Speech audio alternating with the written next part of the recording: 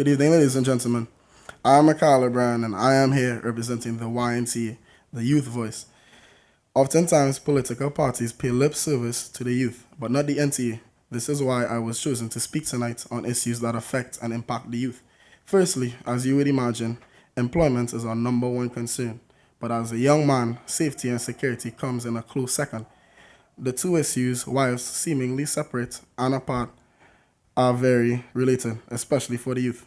Since too many times the youth are denied employment simply because we have little to no experience.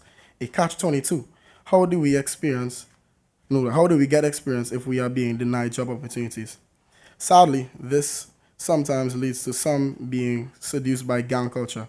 And I am not just speaking about the males. Females have a big role to play as well. And this is where it gets interesting.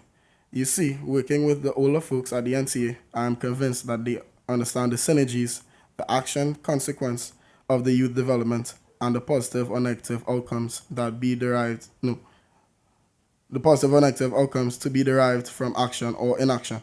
Right now, it feels like no one in authority cares, and they are ignoring what statistics say is about one quarter of the population. It is said that the devil finds work for idle hands, and I have personally witnessed this.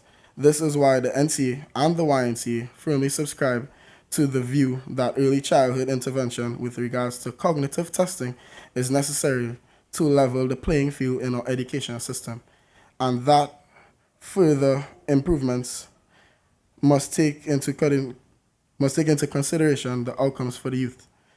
Whether obtaining a degree, a master's, or some other life or vocational skill, the focus of government must be job placement, in contrast to what takes place now, which sees too many unemployed or underemployed.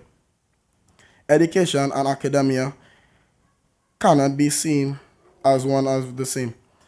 And whilst it is every citizen's right to have an academic-based foundation, education must encompass so much more, including items like technical, vocational, and even sport. The truth is, the goal of any education system, and indeed any government, is to facilitate the creation of as many productive citizens as possible. Our country's first prime minister said the future of our nation is in the book bags of our school children. He partially, he's partially right because it's in the book bags, but is also in the hearts, the minds, and the spirits of the youths. And if that is broken, damaged, or not nurtured, then our future is bleak. Fortunately, from what I have seen and experienced, the National Transformation Alliance knows and understands this, and they are willing to do what is necessary to empower the youth, and for that, I believe in the NC.